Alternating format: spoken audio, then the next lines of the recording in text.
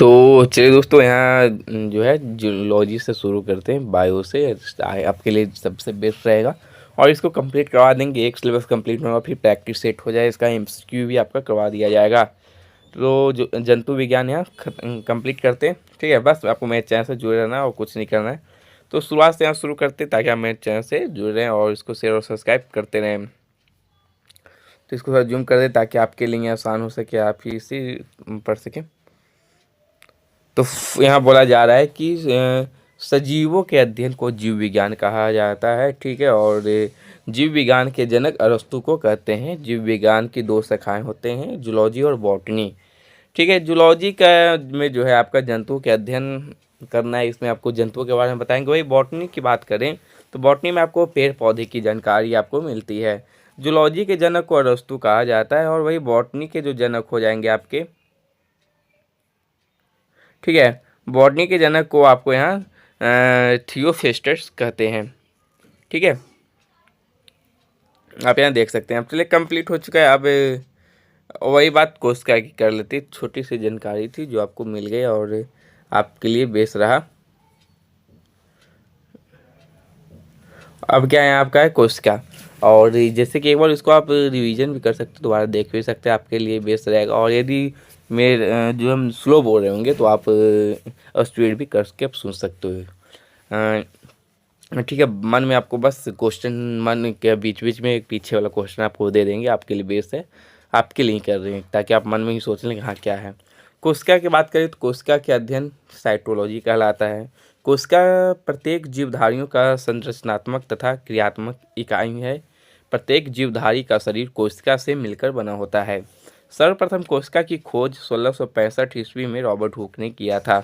ये आपको ध्यान देना है कि कोशिका की खोज जो है 1665 में रॉबर्ट हुक ने किया। और वही बात कर लेते हैं कि मृत कोशिका एक होती है, उसकी बात की है कि मृत कोशिका की बात जब कर रहे थे हम, मृत कोशिका एक होती है, एक जीवित कोशिका होती है। ठीक है, तो यह मृत कोशिका की यहाँ बात अब कर रहे थे। मृत कोशिका की खोज रॉबर्ट हुक ने किया है। ठीक है, 1665 में, क्योंकि यहाँ पर आपसे सवाल पूछ सकता है कि किसकी खोज की गई है, तो इसीलिए पहले ही आपको जो है हम बता देते हैं कि जीवित कोशिका एक होता है, एक मृत कोशिका होता है। तो मृत कोशिका का खोज हुआ था रॉबर्ट हुक के द्वारा, और जीवित कोशिका की खोज आगे हम बताते हैं। और इन्हें फादर ऑफ साइटोलॉजी कहा गया है किसको, तो रॉबर्ट हुक को कहा गया है। और मृत कोशिका को नेफ्रोसिस कहते हैं, ये आपको जान लेना है। रॉबर्ट ब्राउन ने अपनी कोशिका संबंधी खोजों का वर्णन के बात करें, संबंधी खोजों का वर्णन माइक्रोग्राफिया पुस्तक में किया। सर्वप्रथम जीवित कोशिका की खोज यहाँ आगे एंटोनी वॉन ने किया था 1674 में। ठीक है, वो 65 में हुआ था। मृत कोशिका का रॉबर्ट हुक के द्वारा हुआ था, ये एंटोनी वॉन के द्वारा। लीवन हॉक है, एंटोनी वॉक लीवन हॉक नाम है पूरा, जिसे फादर ऑफ बैक्टीरियोलॉजी कहते हैं। उसको साइटोलॉजी कहते थे, इसको बैक्टीरियोलॉजी कहते हैं। स्लाइडिन और स्वान जो हैं एक व्यक्ति हैं दो। ये स्लाइडिन और स्वान ने कोशिका सिद्धांत दिया और कहा कि शरीर कोशिकाओं से बना होता है। कोशिका शरीर की सबसे छोटी इकाई है।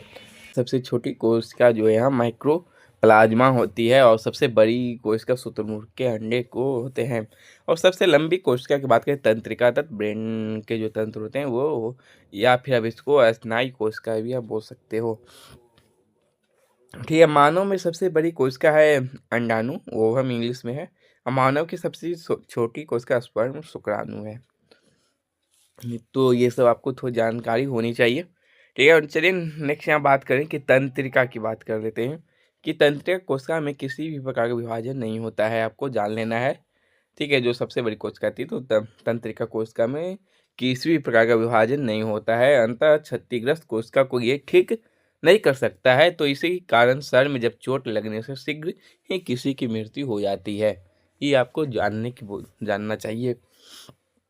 वही बात करेंगे सबसे तेजी से जो कोशिका विभाजन लीवर है। ठीक है, तो लीवर का जो होता है यकृत में होता है, और तो ये अपने क्षतिग्रस्त कोशिका में स्वतः ही ठीक कर सकते हैं। आप उसको काट सकते हैं, दे भी सकते हैं, वो खुद अपने आप वो जाता है। तो ये यहाँ बोला जा रहा है। अब कोशिका के अंग जानते हैं, क्योंकि कोशिका से यहाँ जो है बहुत प्रश्न आते हैं, बहुत बहुत। इसमें समझिए कि बायो का जो क्वेश्चन है ज़्यादा कोशिका पे डिपेंड करता है। ठीक है, तो ये कोशिका को जानना आपको बहुत जरूरी है। एक एक पॉइंट, एक एक लाइन आपको जानना बहुत ज़रूरी है।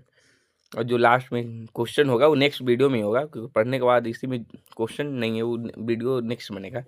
तो वो भी आपको देखना बहुत ज़रूरी है। बस आपको MCQ की तरह आप बोल देख लेंगे, स्पीड बढ़ा के भी चलेगा।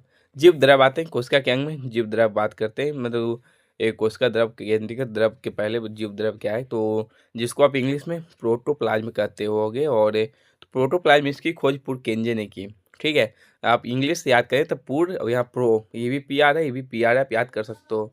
तो यहाँ आप कर सकते हैं, एक तरल गाढ़ा पदार्थ है, वैक्सेलिन ने इसे जीवन का भौतिक आधार बताया, और सभी जैविक क्रियाएं इसी द्रव के अंदर होती है। आगे सब बताएंगे कहाँ कौन सा है, प्रोटोप्लाज्म में कौन सा क्या है।